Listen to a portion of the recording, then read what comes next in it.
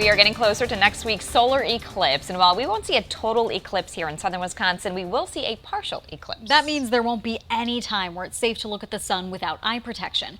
But not all protection is created equal. An ophthalmologist from UW Health says it's important to make sure your eclipse glasses are safe. If you shine a flashlight at the lens, you shouldn't see any light on the other side.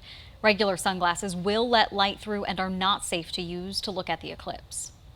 If you don't have eclipse glasses or a solar viewer, though, you can still participate and enjoy the eclipse using something like a pinhole camera or even just something like a colander. But you have to remember when you're looking at the eclipse that way, you're not directly looking at the sun. You're holding up one of these items, letting the sun's rays shine over your shoulder through it onto the floor, and you're actually looking at the eclipse on the ground in front of you or inside your pinhole camera.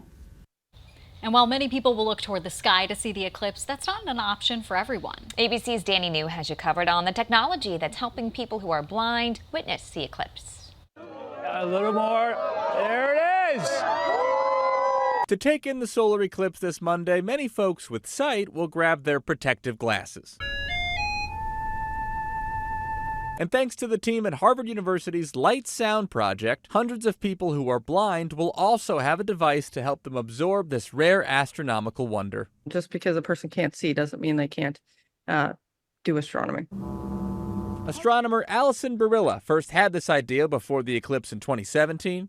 This ability to transform data into sound. She teamed up with her colleague, Wanda Diaz-Merced, who is a blind astronomer, to create a device that could use a light sensor to take in light and then convert that data into sound. Wanda really, she uses this for her research, and this is how she thinks about data. Well, after successfully using a prototype in 2017, Allison secured grant funding to improve the light sound device for this year's eclipse.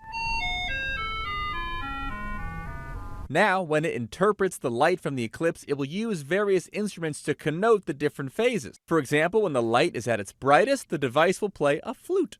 Because it's kind of a bright, airy instrument. Once the team got hundreds of requests for 2024, they hosted workshops all over the country to enlist volunteers to help them build enough devices. We were trying to build 750, but we actually ended up building 900. Now, light sound devices have been sent to libraries, museums, schools for the blind, and even individuals in their backyard, all ready to turn the sun into a symphony. I'm really happy and excited that we developed a tool that can give access to a group of people that I think is sometimes left out.